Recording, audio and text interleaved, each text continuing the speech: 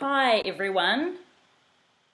So I'm here with Ram, who is the founder of a global wellness coaching platform called Inner Me. So welcome Ram, thank you for joining me.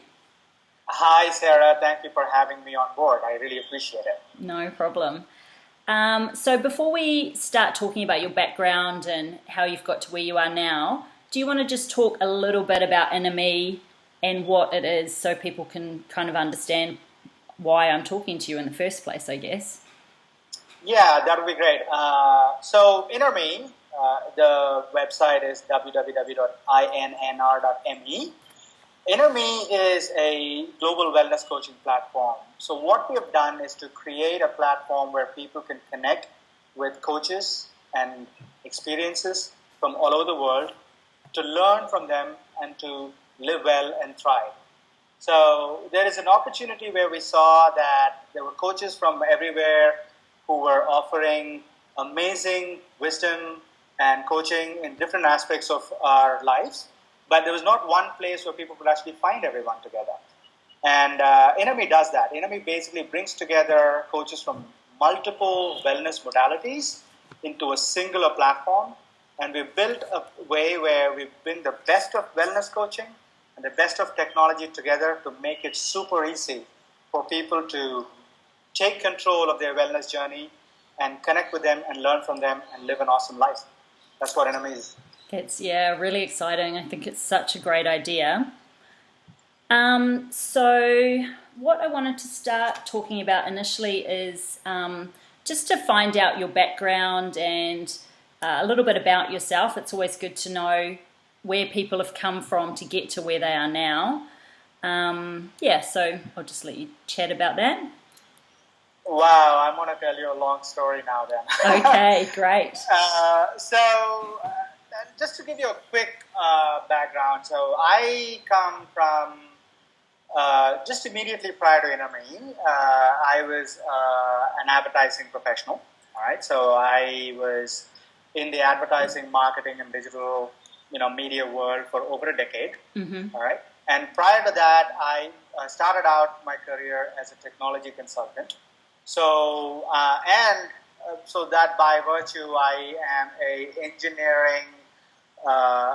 engineer by training and an advertiser by profession. All right, so these two have actually shaped my career in in bringing out the best of what technology has to offer and best of what marketing has to offer. Now, personally, I am from India. I grew up in a very small town in southern India, and I am the very first guy to finish high school in my family. All right, so that kind of gives me the only reason why I say that is because nobody gave me career guidance, which is why my career has taken a very interesting turn and an amazing journey. So another reason why I want to share that is because I started out as a typical South Indian boy where everybody becomes an engineer, right? So that's where I started out with, but I had dreams. I wanted to, explore the world, and I really wanted to be in New York for some reason. And frankly speaking, New York was so far away and the moon was closer because I didn't even know how to get there. And so one thing led to the other, but then there was always this desire to explore the world. And once I finished engineering, I ended up actually getting into a university in Texas, Texas Tech. And so that gave me an opportunity to, I got my master's in MIS and got a job with Ernst & Young, which is a large consulting company. And that's really, frankly speaking, this whole journey started there because about a week into my very first high-paying, amazing job, I realized that something was off. And it took me another 10 years to really understand that there was something really off. Yeah. Okay? And it has been that journey which has shaped me into getting into the career and the opportunity that I'm pursuing right now. Mm-hmm. In the midst of this whole journey, I went from being a very highly successful business analyst for Capgemini, Ernst & Young, where I worked with large companies implementing their in customer relationship management strategy for Walt Disney, for Texas Instruments, etc. But something was missing, and I want to tell one little short story about my time with Walt Disney. Okay, so Ram, sorry, just quickly, just before you tell that story, can I jump back to when you went to Texas and you said you started off, you were in South India and, you know, no one else in your family had been to high school, let alone university, and, you know, you went to a university in the States. That sounds like a massive move. How did you manage to make that happen? I think there were a combination of things, right? So now, you know, the whole law of attraction and whatnot is a buzzword and people understand it. And frankly speaking, when I look back, it was purely a sense of law of attraction. There, I had no money, all right? And I had no way of actually going there. And yet, there was something in me which completely believed that I'm going to be there, okay? When I was in my 8th grade, in my high school, in this little small town, we used to get one magazine from America, which is National Geographic. All right? So, and there was an issue about New York, and they had a map. Okay? And I, for some reason, went into the library and tore that map because I loved it so much, and I put that in my bedroom, and I memorized the entire grid of Manhattan when I was in my 9th grade. That's amazing. I completely memorized it. I would dream about it. There was no sense of doubt or scarcity or fear that I had no money to get there. And somehow or the other, everything came together. And the next thing I knew, I got a scholarship in Texas Tech, and I was there.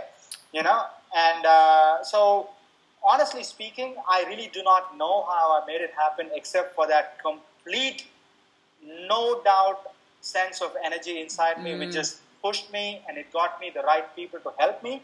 And without the right people, I would not have gone there. Yeah. Right? So, and even once I got there, it was also about the fact that people really helped me, and I was able to be open. And I said, this is what I need. I spoke to my professors. I spoke to people around me. I got the right kind of jobs and opportunities, and it really drove me towards what I want. And the next thing you know, fast forward, the very first time I actually landed in New York, I did not need a map. I literally did not need a map. I walked around, I'm like, this is it, this is it, this is it, this is it. And it was a very surreal experience. So to answer your question, it's really the deep desire and the belief that I will one day be there. Yeah. That's amazing. It's so amazing to hear that story, because what really stood out to me is when you said, it's almost like I guess it's how people are when they're quite young quite often, and they don't realize that they might have challenges or barriers. You were just like, this is what I want, and you can't imagine anything else. There's no fear, there's no barriers, and it happened. And I sometimes wonder, where is that Ram? You know, because I wish I had that same sense of, you know, wonder and unabashed, you know, I'm going to go get it no matter what kind of thing, you know, and I try even now to basically, you know, anchor back to that little younger Ram and said, like, hey, you know what, you've done this before, it's all right, because as we get older, as you might, you know, relate to, we lose that sense of, you know, unabashed positivity and just gun for it, you know, that kind of, you know, energy. We kind of lose a little bit of that. Yeah, you know? that's what I was thinking when you were telling that story. I'm like, yeah, it's so amazing when we're younger how we will just go for things, and we don't, because we can't see all the barriers or the challenges. We just do it, and like you say, as we get older, we get a bit more like fearful, and am I going to make money, and I need to make sure I can pay my mortgage, and all these things that get in the way. That's right. Yeah, that's right. Yeah, so interesting. Yeah. So thank you. Sorry, I'll take you back now to, you were going to say something about Walt Disney, I think. Yes. So the reason for that is that, you know, I spent about 6 months in Disney, you know, Walt Disney World in Orlando, working on their implementation. And what I learned was that the entire multi-billion-dollar business rests on that little mouse. Okay, everything rests on that little mouse. Right? That is really when I understood the power of branding. Every toilet paper, everything that you ever see in that, you know, this entire experience is around the mouse. So, and that really got me thinking like, wait a minute, I am working on creating this amazing platform where people can buy tickets, etc. But then all for what? To experience the brand, to experience what it promises. And that is when my outlook, and I said, okay, I want to learn how to actually build brands, create brands, and help brands build better connections with their customers. All right, so that is really when I started looking into it, and that's also when I discovered that it really came naturally to me. Okay, ideas were something which, and people would always say that Ram, you're great with ideas. Sometimes I think that I'm crazy. I'm like coming up with new ideas, but like that really anchored me, and I said, okay, I want to pursue this, and I want to actually be in a place where I can actually help. Be, first of all, be around people who are in this world, all right, doing branding and advertising and marketing, so that I can learn from them. And number two, get to a place where I can actually drive that. So I decided to switch my career, and I had no idea what marketing was. I'd taken one course in my master's, and I had never done advertising before. And I said, okay, if I want to be in America, I'm going to be in advertising. So I just quit my job and pursued that. Wow, that's pretty brave. It was scary. It was crazy. Yeah. And I think all my well-meaning friends who are buddies said like, how are you going to take care of your visa? What are you going to do? You don't have any experience. You have a great paying job with Ernst & Young. What are you going to do? And for some reason, something told me that it was more painful for me to continue in a disconnected environment than try and take that. And again, I jumped in. I got on a car. I packed everything. Drove from Dallas to New York and ended up in a buddy of mine's place. And I said, okay, if I'm going to be in advertising, I'm going to be in advertising in New York. Otherwise, there's no point. Yeah. All right? So I had no idea. I didn't have any connections. I ended up in New York. And New York literally changed me and opened my mind and humbled me. And most importantly, it humbled me. And it grounded me. And it also gave me the opportunity to work in a great agency in New York City. So what I was going to ask, what agency were you working for when you started out in New York? I started out with a small little boutique agency, all right, called Jesse James Creative, and it's still around. Okay, but I really was gunning for a large global agency, and my second job was with Publicis, which is one of the large advertising agencies out there, and I was the second hire for Publicis Dialogue's interactive division, which is what they were establishing. Oh, okay. And I have to let you know this, right? So again, I point back to the belief that I had, because there were people who were my peers, who were more qualified than me, they were smarter than me. They had a better degree, they went to Parsons, and they were not able to get into an advertising agency.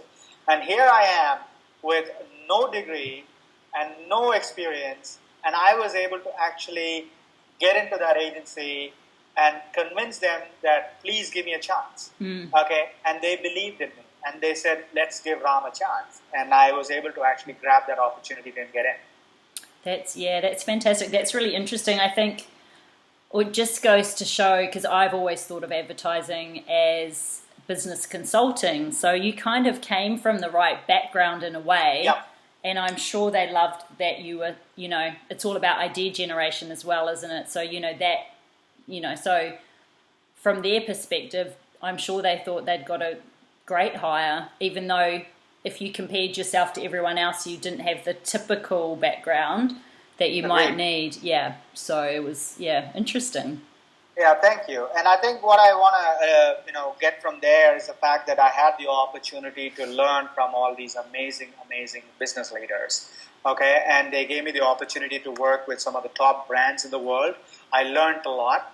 And I also brought together my engineering mindset, because the challenge was that is where the real fit was. Because I realized that most of the advertising folks were amazing with ideas, but then they were really high up in the, 10,000 feet level. And with my engineering background, I was able to bring that ideas down to a very nuts and bolts, this is how we execute kind of a level. And that is really where I brought my unique experience to that. And that was really appreciated both by the clients as well as by my peers, while I learned from them. Yeah, great. So yeah, I mean, interesting. So you've got the engineering experience.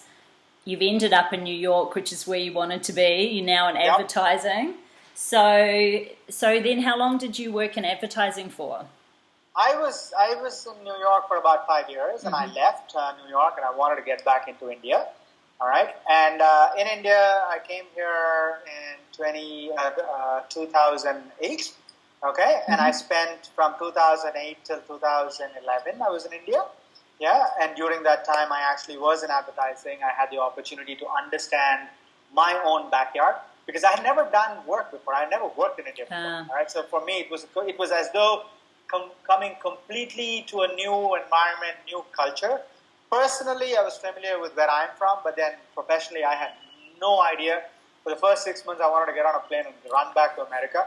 Yeah, Yeah. but I realized that there is an opportunity here. I mean, I think Asia it was changing, India was changing, and I had to understand and learn if I had to become a global professional. It was something that I thought would be a great opportunity, and India really also even more grounded me. All right, grounded me even more rather, and also gave me the opportunity to work on the same kind of brands in a different environment. Yeah. So that was there, and that's really where for me, I had the opportunity to work with Coke. I launched Sony's Xperia range of smartphones. I did a lot of branding work for Avaya. So it really brought me to a place of like, how do I take a global idea, a global brand, and make it relevant to a market which is not as highly developed as a Western market. So that was the opportunity there. I was going to say it's yeah. I mean, it must have been really interesting going from a market like America to India. I mean, really, totally different markets and totally different working environments. So Yep.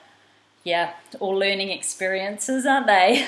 That's right, and which led me to the next opportunity, which is where the genesis of NME comes in. So I had the opportunity to end up in Bangkok, and I guess that's really where we connected. And I spent a couple of years building a great team, implementing digital media for Interpublic Group, for the media brands unit. And that's really when my journey into NME started. So what I realized was that while my career was taking off and it was in a very, very good place, I really felt empty inside. All right, so it was a very, very funny feeling with my male Indian ego, fighting with me and saying that, hey, you're this, you're that, and I was very grateful for the experience, and I was very happy about the professional accomplishment. I still am, and I'm very proud of it, but yet there was this sense of nagging feeling that something was really amiss, and all the while I was working with all these top brands and celebrating and learning, I realized that, am I in my purpose? Am I in my alignment with who I really am? And it took me a long time to actually come back to just admitting to the fact that there was something amiss. And that is really where this whole 10-year journey or 11-year journey took me, right? So all the way from me getting into Publicis in New York, being at the top of the world, and ending up in Bangkok, doing some amazing work, launching Windows 8 and having the best, digital media campaign for globally, for Microsoft. And yet realizing that there is something amiss. What is it? Am I being authentic? Yeah. And can I just be honest with myself? And one thing led to the other, and I was able to admit to it and started asking help, reaching out and asking for help, and that by itself is a big step for me, and that's really where this whole the real journey started. Oh, interesting. Yeah, as you can imagine, that hugely resonates with me. That whole being very successful in a career and thinking, I can't throw this away. I'm really lucky to have this successful career and I've worked really hard for it and it's what society thinks is successful, and yet you just know it's not right. And Yep. As you said, you kind of feel empty inside. It's like you're not being authentic to yourself. That's right. So yeah, I totally relate to that. And so you said that then you started asking for help. Can you just explain what you mean by that? Yeah, that's a very good question, Sarah, because I didn't know what I was asking. Okay, so I didn't know what to formulate the question as. All right, that was the first challenge because I was so far away, I was so disconnected from my own self and what I was looking for that I was just trying to like dabble my way around symptoms, right? So I'm like, I'm stressed, or like I'm feeling this, or I'm not happy, or so it was all very, topical level questions that I was asking. All right, so it was a process. So to answer your question, the challenge that I had was to articulate what was the challenge that I was experiencing. Yeah. Okay, and even for that, I really needed to reach out and I don't know you, but then especially from where I am from, and men really don't just say I have a problem. All right, so that was a very challenging thing that I had to face. All right, so I thought it was an expression of my weakness. There was something wrong with me, and people would judge me, etc., etc. It was all a very secretive process, right? So I'll be all going out and like presenting this great strategy to some great group of clients who are all awesome.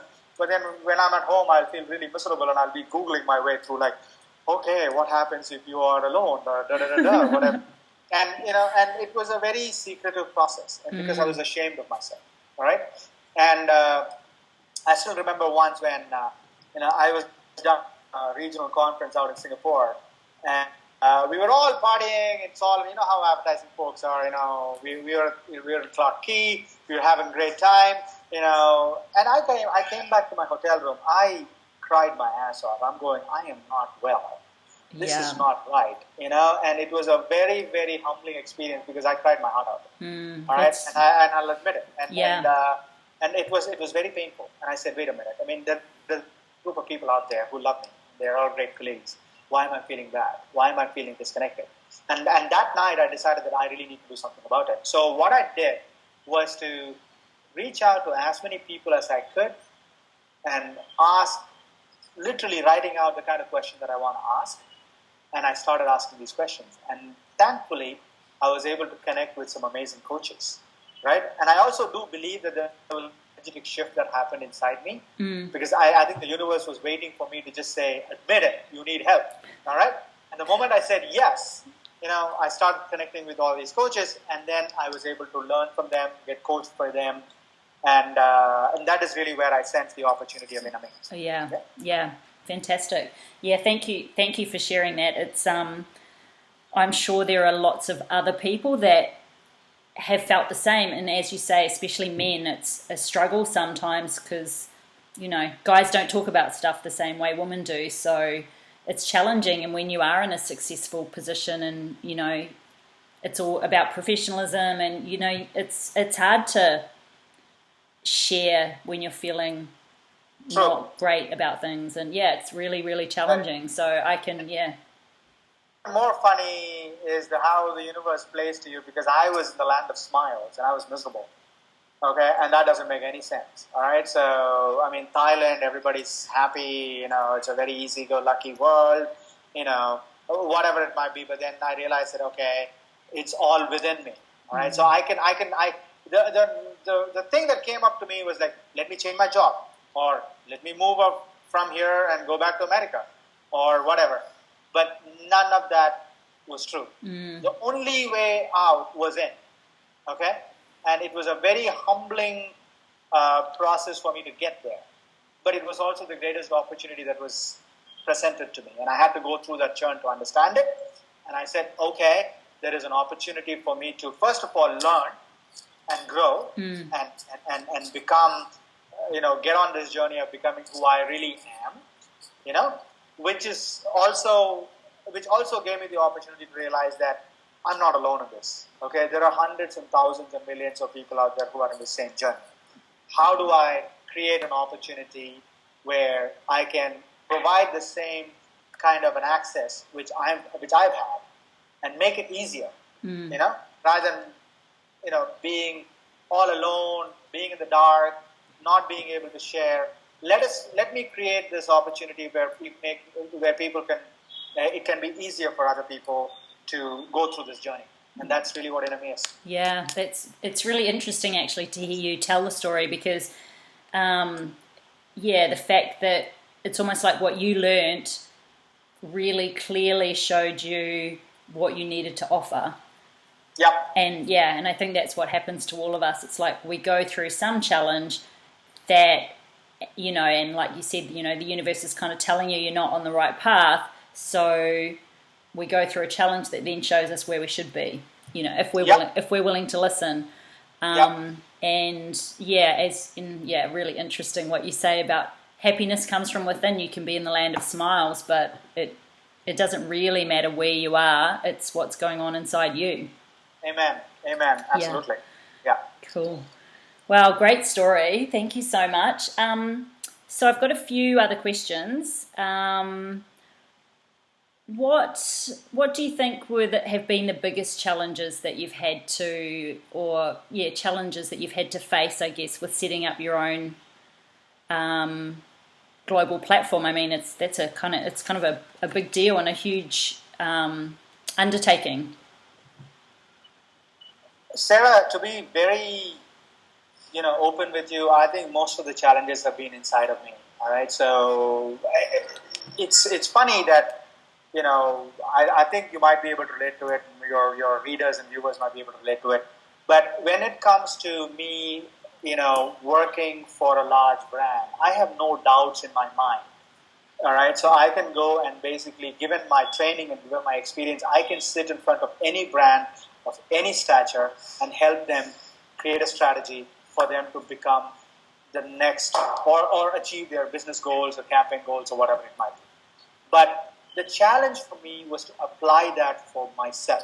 Okay, the greatest barrier has been for me to, first of all, admit to the fact that there has been a sense of not enoughness that has been permeating when it comes to my own self. Okay, and number two is to admit to actually also reach out for help. Okay, so these two were the biggest barriers, right? Now, yes, I am facing the same level of challenges that what any other person who's jumping into creating something like this happens. Resources, access to capital, and the standard, entrepreneurial challenges, which I believe in my heart are really not. They're just business processes, all right? So which needed to be tackled at a business level. The barriers that I have actually faced and I'm actually learning and growing are completely within. And the single biggest barrier has been not enoughness. Yeah. Okay? I love that term. Sorry to interrupt, but I'm like, that's such a good way of putting it, not enoughness. And, we were talking before we started about different podcasts that we both listen to. And I've been hearing that not enoughness even from really famous people who are super successful. So it's like, You just go, God, we've all got that in us, that we just sometimes don't think we're enough. Yep. And I think I've learned it. I think it's not like I've overcome it. I think for all I know, it might be there for the rest of my life, but the fact is that I've recognized it. I know how when it rears its head, the entire journey has been about, I'm not good enough to start a company. I'm not good enough to actually design this website. I'm not good enough to talk to a coach, or I'm not good enough to actually go talk to an investor. I'm not good enough to, despite the fact that if I actually go out there and sit in front of a Coke, I am very, very good enough to give them a strategy. I'm very good enough to tell them what to do. So it's really learning and understanding how much of my life has been around outside in. Approval, outside in recognition, and outside in reinforcement. Okay? And I wanted to understand this, and I've created this platform as the antidote for it, which is Inside Out. Yeah. Which is really where all the successful people in whatever field that they're in have originated their power from, which is what I am trying to learn and I'm trying to enable for other people. Right? And I'm not saying that I'm there yet. I don't think I'll ever be. But no. I am getting there. But it's absolutely. I mean, it's amazing, and I think it's interesting hearing you talk about it because, it's a challenge I've had to face as well.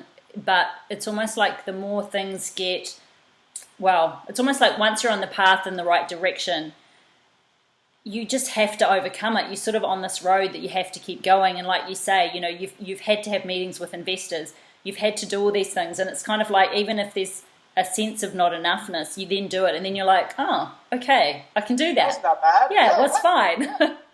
So, enough, you know? yeah, absolutely. So it's all right. Yeah. So I quite like that. I mean, I listen to a lot of different people talking about success stories. And one of the things I heard recently was someone say, one of the best pieces of advice they were told, I think it might have been the lady that set up the Spanx brand, but her father used to ask her how she'd failed. Like, it's almost like if you haven't failed a few times, you haven't tried enough. You're not trying enough different things if you're not failing. Yeah. And I was kind of like, God, I actually really like that kind of mindset.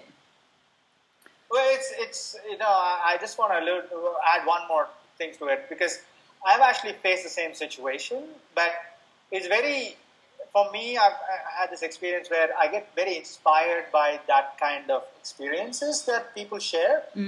But it's very hard for me to, I get it at an intellectual level, okay? And I get it and I resonate with it. But the challenge for me has to take it from here and get it into my heart, okay? That's been that challenge. And that's really where, at a heart level, at an energetic level, at a level where I believe in my bone and my cell and in my energy, that is true.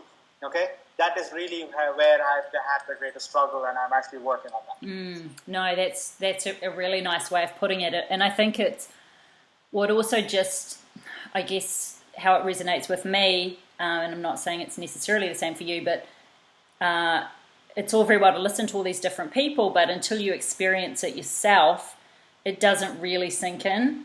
It's kind of like you can take all these, I mean, it's all great information, take learnings from lots of different people, but you have to know what process you're going through and keep doing it and doing it and doing it until it sinks in. That's right. Yeah, and I think that also alludes to the fact that the barriers that you're talking about. I think that's also another barrier where, you know, we don't allow it to let in. You know, because there are so many fears that we are saying. You know, we're in this. I, for one, am in this comfort zone, you know, and we all are, you know, where you listen to it, but at the same time, you don't want to really come out of your comfort zone and say, hey, I'm open to it, let it in, let me sit with it, you know, let me see what kind of emotions that it brings up. Does it bring up uncomfortable emotions where I really need to deal with it? And if I'm able to, and that is really where we're trying to, you know, that's what we're trying to, you know, enable through this platform, where we're like, you really need to let it in. You really need to go within at an emotional level, at an energetic level, so that you can let this message that you're allowing to come in, but you're letting it integrate with you. Yeah. You know? Yeah. And it's very hard to do it alone. That is really where you need people who are qualified in helping you to open up and to guide you through this process of integrating this kind of wisdom that you're actually bringing into your life. Yeah. You know? And I hope that this platform will help you do that. Yeah. And you've had that, you know, that's, really wise words. You've had some experience with that, haven't you? Because you mentioned that when you transitioned out of advertising and then, you know, into starting in ME, I think you saw a few different coaches and you did some work yourself, didn't you, with, you know, different experts in different areas. So that's right. You're totally talking from experience, from what I can hear. Yeah, and initially it was initial experiences with the coaches was more of self-validation that I'm okay. Okay, I never really let it in. Yeah. Okay, and it took me a while for me to even say oh my God, you know, it's one thing to connect with the coach, but it's another thing to really, really connect with the coach and be open to download that learning that the coach is sharing with me, because he or she has actually experienced it, okay? And I think that is what has actually solidified my conviction that it is one thing to talk to a teacher and another thing to really connect with the teacher, and you want to actually enable the connection more than just a transactional opportunity. Yeah, definitely. That's very true. Yep. Great. So another question I have, one thing I've noticed is that a lot of people who follow their dreams tend to be very busy. It's a lot of work's setting up your own thing and making sure you're being authentic, and you tend to have a lot going on, and I guess what my question is how do you fit everything into your life? Do you have a support network? Do you have go-to people? Do you have mentors? How's that working for you? How are you managing your sort of work-life balance now? That is honestly a work in progress, Sarah. Okay, that is something which I'm learning. I have not been very, very good at balancing everything in my life, especially after I started this whole journey. All right, and I think what I've understood, I think for the first 6 months I was just in a very different place, because I was in a place of like, I have to finish this. It was all about deadlines. It was never really about, or rather, it was also a time where I was learning about myself, where my blind spots were, etc. Now, what I made, when I made a decision about 2-3 months ago, that I really need to look into, where are all the areas where I really need help and support, okay? And it's like, I also had to admit to the fact that I cannot do it alone. I cannot go it alone. And I do not want to be in this vacuum where I'm trying to create this. And the moment I admitted to that is when I started connecting with people and friends and sharing my challenges, and also getting advice from people who have done, fundraising before, who have worked with investors before, and also the most challenging thing has been to even talk to other people who are in the same field as advertising and social media marketing, because there was such a thing that, okay, I want help in all other areas, but when it comes to marketing and advertising, I am Jedi. I was not. All right? So I think the answer to your question is, I'm still working on it. All right? It is much better than what it was about 6-7 months ago. I do have a support network, but the support network for me right now is mostly personal friends, because the greatest need I have is to feel that I'm on the right path. Okay?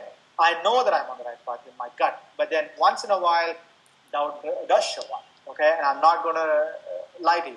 Okay? And we all go through that. And for me, it is important for me to keep that anchor so that I can connect with my trusted loved ones, friends, family, and peers, so that I can connect with them, share with them ideas, and say, hey, this is what I'm going through, so that I can, I can come back to where my anchor is. But with respect to business, yes, I mean, I reach out to people, I connect with them, and I ask them doubts, etc. But for me, the need has been mostly personal, and I do have that in mind. Yeah, that's really interesting, actually. I think you're right. That's probably what I've had the most need for too, is just when the doubt comes up, having some good friends who will remind you that you're on the right track and that you're doing well and that sort of thing. That's really important. Yep. And I think it's very valuable to even to have that kind of relationships, because that is really what I want to cultivate. Because I would rather have those 5 people in my life, rather than have 1,000 LinkedIn connections and whatnot. I mean, I'm not discounting that, but I think this is absolutely more important for me where I am in my journey. Yeah, great. Yeah. Excellent. Now, can you share what you feel have been the biggest benefits for you of following your dreams? So, has it benefited your health, your mental well-being? It has definitely benefited me, all right? And the most important benefit that I've derived is to really understand where all the opportunities for me to grow, okay? So that's been the greatest benefit, all right? So given that I come from an extensive corporate background, okay, I thought that I can actually manage this entrepreneurial journey very easily, okay? It was not the case, all right? So the benefit has been to show me the blind spots of the opportunities where I can learn. Yeah. Okay. It has definitely, it has also definitely given me multiple instances where I was told by the universe that you're on the right path. Okay. Because it's so when your bank account goes like this and you're going, okay, let me just get back into advertising. So that kind of eject kind of a situation has presented itself. But every time that happened, the thing that reinforced me was that follow your heart, go through this, face your fears, you know, find your courage within you and go after it. Yeah. Okay? And it's scary. And for me, and I am so grateful for this opportunity to have been the vehicle for me to get to those places where I was scared, where I am. And I think that's been the greatest benefit. The rest, I've experienced the successes before. I've experienced the wins before. I've experienced the money before. Okay? So that's all. That has never been a problem for me. The challenge for me has been to go to places where I have been avoiding, and to grow. And this has given me that opportunity. And for that, I am eternally grateful. Yeah, that's amazing.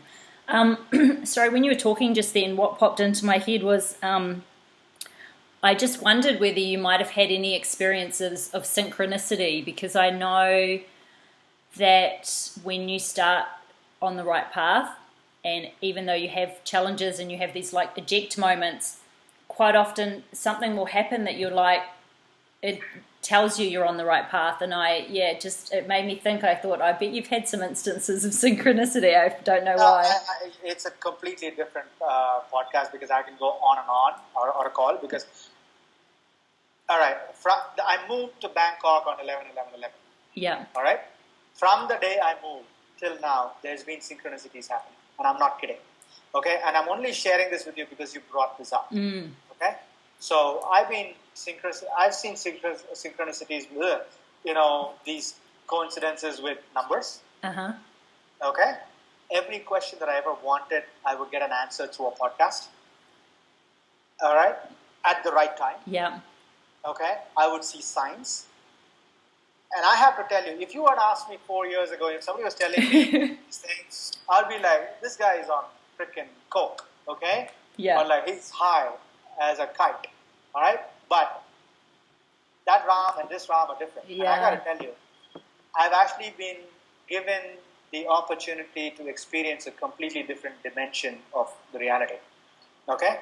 And I know for a fact that there are forces and energies and things which are beyond our cognitive abilities, which are out there giving us guidance, supporting us, and directing us towards what we really believe. The only challenge has been for me to open up and say yes.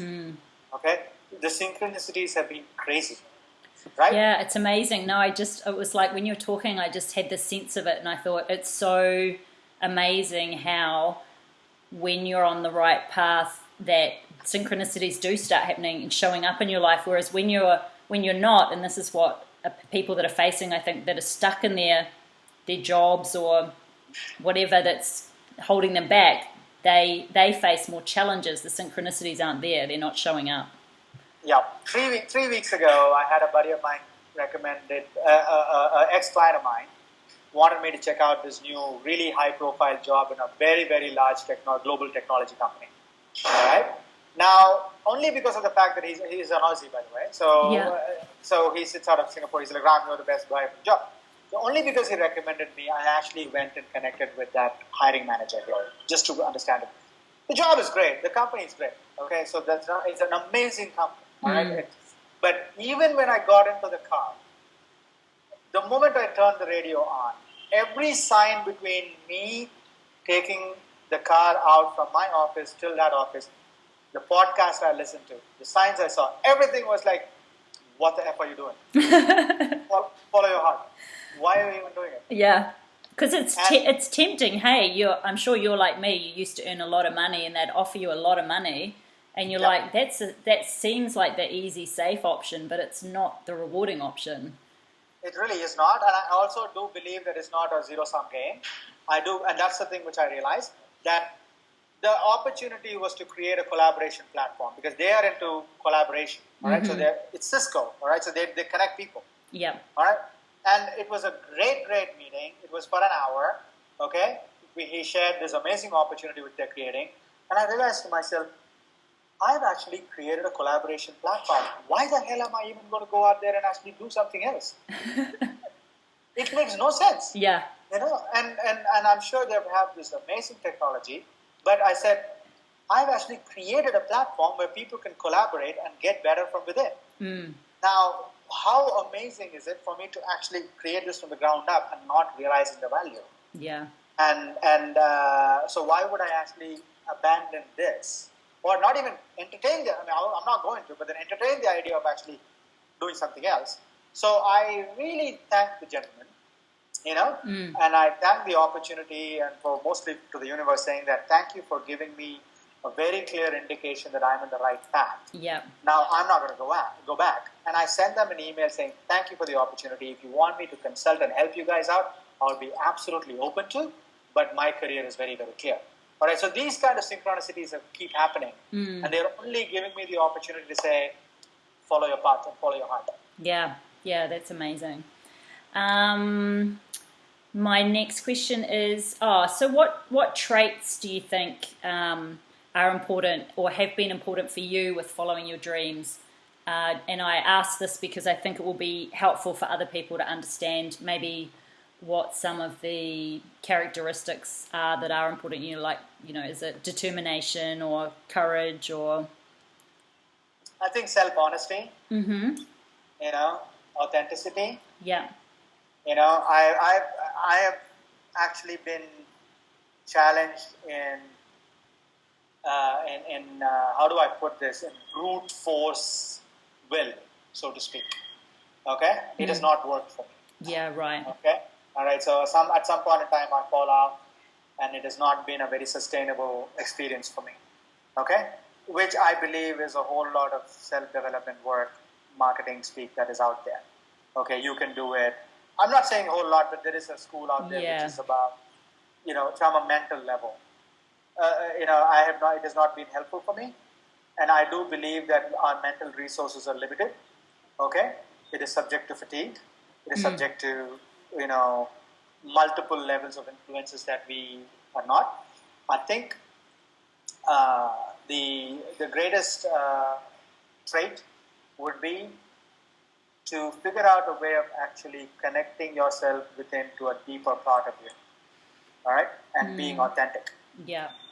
All right? And coming from that place of power rather than from a place from a head. Yeah. Head is absolutely critical. I've been living in my head for the last 40 freaking years. Me too. All right?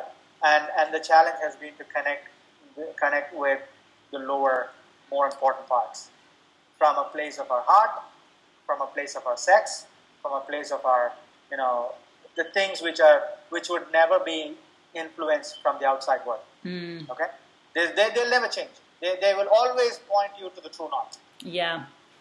And that's really what it is. That's it. Yeah, it's interesting. Okay, that's great. So self-honesty, authenticity, and really connecting to your inner power. Absolutely. Yeah. So just have a couple more questions. One of the barriers, I think, to people following their dreams is the financial aspect. And so I guess my question broadly that I ask everyone is, do you believe that it's financially viable to follow your dreams? Or not? What's your perspective on that?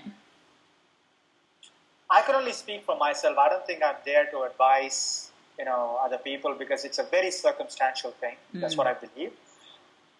I believe it is viable. At the very premise, it's viable. Okay? What I do believe is missing is the grounding of the expectations is what is missing. All right? I think I've had a challenge in planning things out. Okay? So because of my training in advertising and whatnot, I come up with a great idea, and obviously I can bring it down from an experience perspective, I can chunk it down, but when it comes to my own personal life, it's been a challenge to plan things out, okay? And being realistic to a level where it's not dampening me down, but then it's aiding me in the process of creating what I want to create. Yeah? Now, to very specifically answer your question, it is absolutely viable. The challenge that I believe that people might have is to not understanding their realistic life situation and going after it from a pie in the sky approach. All right, that's really what would be, I would imagine the challenge would be. In my case, it's a different story. I'm single and I can only fend for myself, but I can, I can eat ramen noodles and be happy tomorrow morning, but different peoples have different priorities. And I think it's, I have a friend of mine who really wants to quit her job at a large technology company and she hates it, but she doesn't understand, and she obviously has financial responsibilities for her family. So, she asked me, and I go like, you can do it. It's just that you want to do it today, all right? But you might want to plan it out in such a way that 12 months from now, I will get there. Yeah. All right. Now it's easy for me to advise, okay, but I am also a victim of the same kind of thinking till very recently. Now I've learned it. What I want to share as a fear is that it is absolutely possible. But I think to ground yourself in your own reality and to learn or to seek out people who can help you plan this transition would be very, very helpful. Yeah, good advice. Yep. So looking back, is there anything you would have done differently or any particular advice you might give to your younger self? I will. I think I would. Oh my God, so much. I think most importantly is to learn to love yourself. Okay, that's nice. That's it. Yeah. And unconditionally. That's the single most thing that I would say. Okay, and that's really it. I mean, I think the rest of it will have to stem from within, from there. I think my life has been shaped by the sense of lack of unconditional love when I was very young. Okay, that led me to learn things which I needed to learn so that I can unlearn them. All right, blaming, shame, fears, worries, not enoughness, all that stuff. I'm a regular bloke. I'm not some special, whatever. So I went through the whole process of it. But if only I could have actually, learned how to love myself in this process, things would have been a lot more different. So loving oneself unconditionally is absolutely critical, and just and celebrating yourself. I love that. That's great advice. Yep. Okay, so very, very last question. Just whether there's anything else you want to share, any advice that you'd give others that are considering doing this themselves. You've kind of mentioned a little bit already when we talked about the financial aspect, but if there's just really whether there's anything else you wanted to share. I do. I think, we're all in this journey, okay? I don't think entrepreneurship or whatever, it's a very bandied word, all right? So it's a very bandied word. I'm just doing this because I want to do this, all right? I don't even want to call myself a founder and an entrepreneur or, labels are labels, okay? And I think we need to move away from identifying ourselves from being labeled as something and getting that kind of like, I am a startup founder or you want to, I don't want that. My only, I implore people, I don't even want to advise them because I'm in the same space as what anybody else is. Okay, I would want to implore them to see if they are in a place where they're authentically having a wonderful time within themselves. Yeah. Okay, and be honest with themselves. All right, and move away from have tos and must tos and shoulds and whatnot, and say, I have a life. That maxim that Buddha preaches, where like it's rarer to have a human life than some other, a billion opportunities and whatnot. It's one life. Okay, and it's been so hard for me to even get that into my system, thinking like, oh my God, it's one life, and what do I do with it? Now, there might be other people in their journey who are much younger who would have chanced upon the authentic life that they want to get there, and kudos to them, but most of us are not. Yes. We have to go through this journey to unlearn. So my only urging is to give yourself a chance to go within. Okay. And if you need help, we're here to help, and Enemy is here to help. Okay? And that's really what I want to leave behind us. Excellent. Thank you very much, Ram. It's been very insightful and very interesting. Well, thank you so much for the opportunity, and I'm really glad that you gave me the opportunity to share my journey, and hopefully we can connect, get people to think along the same lines and experience the kind of openness and learnings that we have experienced. Yeah, absolutely. That would be fantastic. Thank you so much for the opportunity, Sarah. Okay, thank you.